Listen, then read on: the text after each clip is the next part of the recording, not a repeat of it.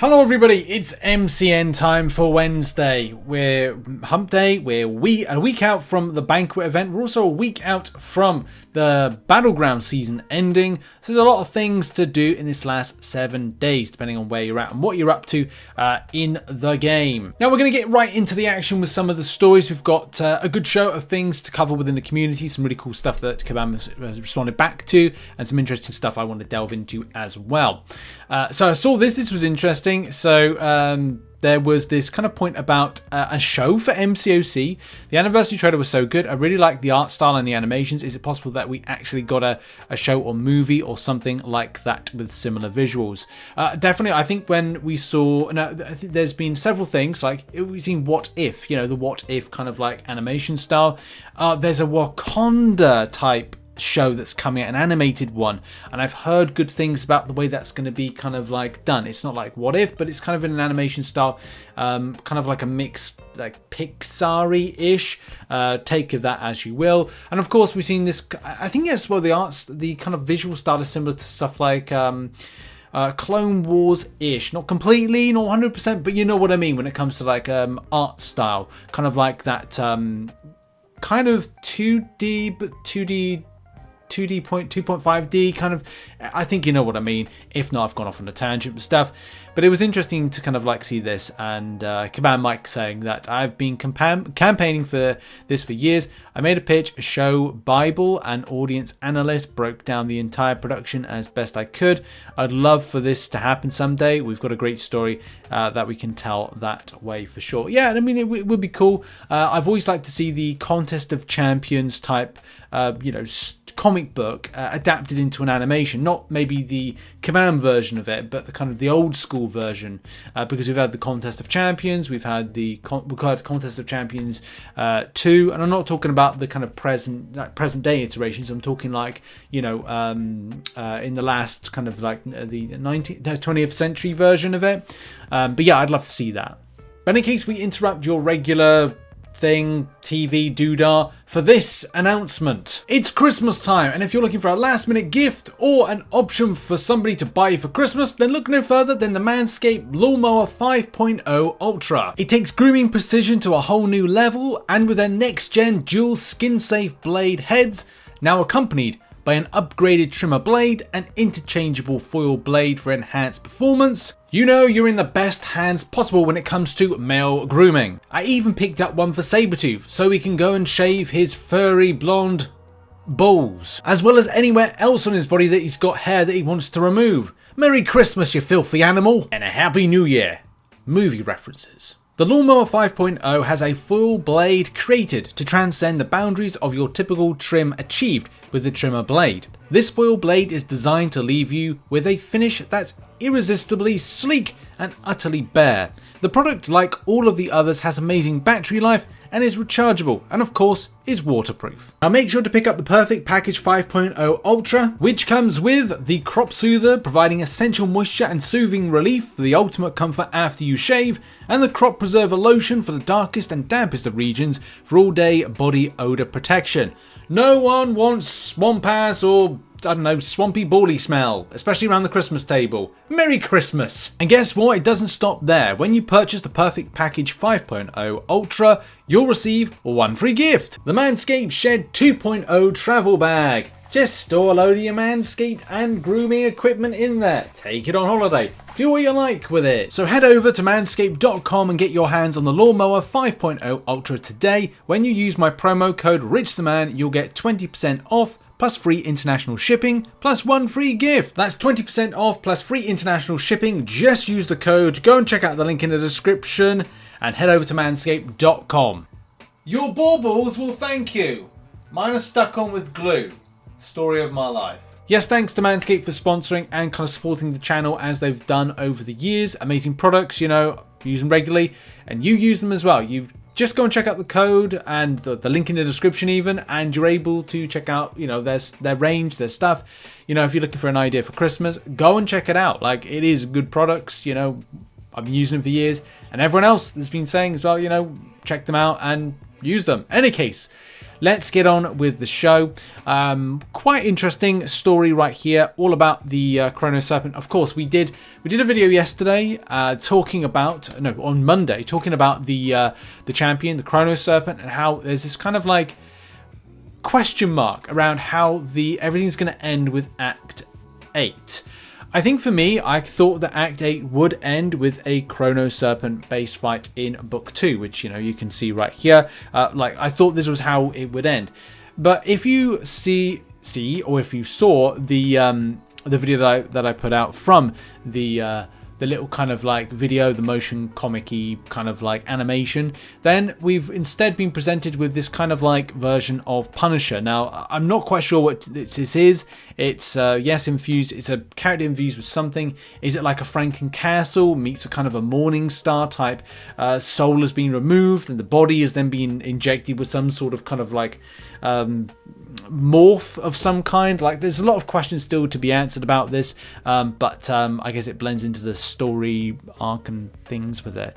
But it's definitely got like a lot of people kind of like thinking about, you know, what's happening with this. Is this a case are we going to go away from this particular story? And of course, as you know, players out there are interested.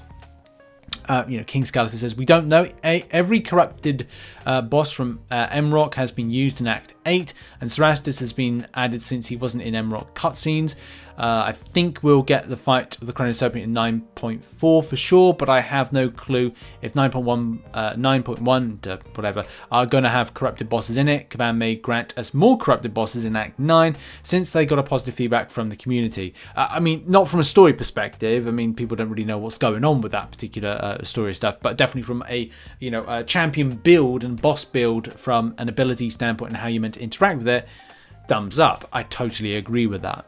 But yeah, that's the thing, isn't it? Like, how long will this span out from this? Because everything has to come back round circle, because we're on what Book 2 is. Book 2 is very much a Karina's type, not centric, but you know what I mean. Like, Karina is in the hot seat when you're in the arena kind of battling. You see her in the background. You know, there's a lot of things to kind of like take into consideration. I don't know, thoughts in the comment section about where you feel the story's going and the whole kind of like Chrono Serpent quite type vibe. When do you think you're going to face off against they, whatever it is? Is it going to be Act 9? Is it going to be Act 10? Is it going to end on Act 12? You know, what are your thoughts around this? Now, we're going to move on to Alliance War. The new globals make it borderline unplayable. I've been floating around kind of watching this particular thread since it was, started and people having discussions. And yeah, it's important to kind of, well, whoa, okay, that's a lot to read through. Kind of like bring you up to speed is there's some stuff that's kind of like not particularly good. I mean, we'll take some segments from AMS 90. You go and check out, give it a full read in the link in the description. But of course, we need to kind of like extract from it some key information to get where Kabam are up to with a response. Bugged interactions attacker Zemo versus defender Spot. After Spot throws a special attack with 2 daunted effects, Zemo gets rooted, working as intended. This player with Zemo dodge blocks the special attack from Spot. At the end of the special root effect should end. This is what happens with the other champs, but in our fight the root was permanent on Zemo, so basically the player had to dodge block hits until he reached a bar of power to finally throw an SP1 and free himself from the root. So this issue was permanent root after defender. So there's video evidence of that one, which is that I gotta be honest, like, Alliance Wars has never been very good when it comes to AI interaction nodes and other stuff that's enters in when it comes to like new attack tactics. Luckily, we're not in a new season right off the bat, because if this stuff broke, man, it's just not going to be very pleasant. But yeah, it's always kind of like it's Marmite, I think, with Alliance Wars, with the experience where it's kind of like works well, or is Scuffy. As White Knight says, even tier 3 isn't better. I took a SP2 from APOC using FAM and lost 80% health. Was path 6, so he had a prowess 4 daunted, and I was sat with 10 armor ups, and I can't dex the 3 blasts from APOC constantly in normal circumstances, never mind whilst rooted. Yeah, I found that as well. I found there was a lot of... I did find a lot of janky stuff in the 2 wars that I've kind of like done, some stuff that I'm like, this is sketchy as anything. But in any case, that's it. Like, you know, Kabam needs to deal with problems like this in situations. Of course, what we're going to do is go straight to how Kabam have answered against this, because they have answered, and they have said, well, Kabam Jax said, I chatted with the game team who were aware of this issue and worked to resolve it. After chatting with them, we have the following conclusion. Early in the off-season, there was a bug that was causing a difficult combination of nodes to be even more difficult as a result of root not being removed at the end of defenders' attacks. A fix for that bug went out this morning. Beyond that, the team is happy with the current state of nodes, which were expressly designed to slightly increase the difficulty level of war. Oh, right, okay. So that's the plan, to make it more difficult. Well, look, from the fix side of things, let's see if that works. But I've definitely seen people like not so happy with yeah. And the team is happy about people dropping the game mode. I guess the thing, isn't it? Like, this is going to be more impactful. It's like for the UK, or kind of like the Premier League when it comes to football, financial fair play is in place in order to make sure that people don't overspend. It's like people spending, like getting the best teams you can basically get by kind of fudging the numbers. You can get the best kind of like team. So basically, it's like there's always going to be one team that's going to stand up the best because they have the most money, and they're able to kind of field the best team. But with this, it's kind of like putting in the most evil team possible in order to kind of like get a win, and it's difficult to get a win against this. So yeah, tough. It is. It's tough then how this kind of like is going to affect players, and I don't want to see people get really peed off with the mode, but I'm very much surprised Kabam went down that route. Happy with the current state of nodes, which was expressly designed to slightly increase the difficulty level of war. Well, you know, with 7-star rank 3s being put into the game and the state of the last month that Kabam have kind of put, is this what they're trying to do? Because that ain't it. That ain't good as well. I think they should really consider that. But yeah, can't wait to see how that goes. Damn right. Yeah, I don't know. Thoughts on this? Get to the thread, right? And put your thoughts about this rather than we're doing the comment section as well. It'd be interesting to find out where people are up with the game with this, but put it in the thread as well. Give Kabam that feedback. And now we're going to end on this story, which is going to be all about first of all Photon, Vox, Luke Cage, and well, no, I don't want to go down this route. Right, we'll come back to this here, Banff.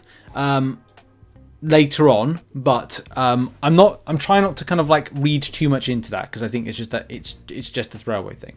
So just quickly on the subject of Photon, Photon staying as is because look, they're fine with the champion. They think the champion you know, goes well, is kind of like performing well, so it is what it is. Same thing with Vox. Vox success against both tech matchups that highlight utility like a Mega Sentinel, but also in more general tougher defender matchups, the like thing indicate Vox has all the tools at the right strength for the long-term viability.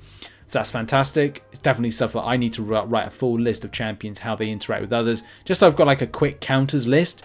That's just quick to hand, because there's so many interactions with this game where like, okay, well, that can do that particular fight, that champion.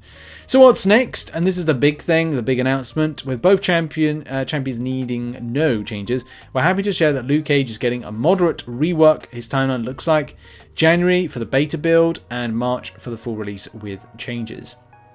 I would say take this with a pinch of salt when it comes to moderate rework, because moderate rework basically indicates that not much is effectively happening, but it could be effective enough to be fun and have maybe a new signature ability, new ability in general, and yeah, be kind of like really fun, or kind of like have some extra utility that you might not think it would have.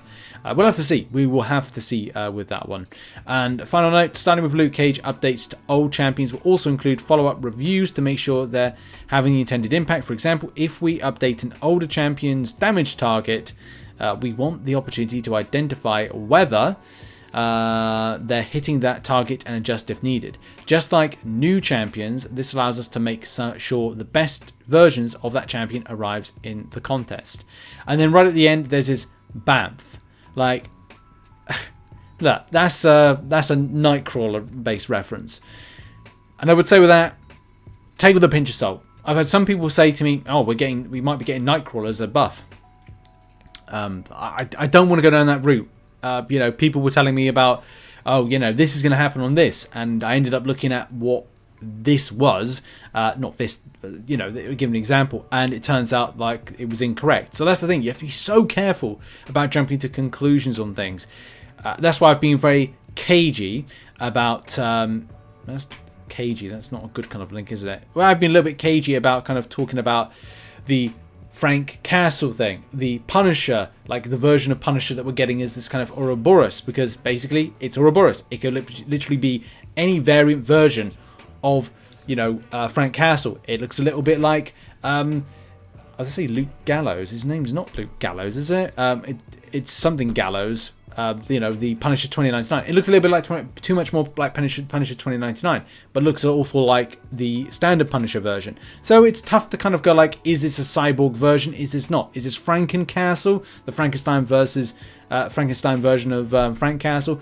Maybe, maybe not. So got to theory craft these things. But in any case, that's been a video. Thank you very much for watching. Thanks very much for supporting. Make sure as well to be about, because we've got lots of content this week and also going into next week, building into the Banquet event. Go and check out some other content, and I'll see you all soon. Have a lovely day. Bye-bye.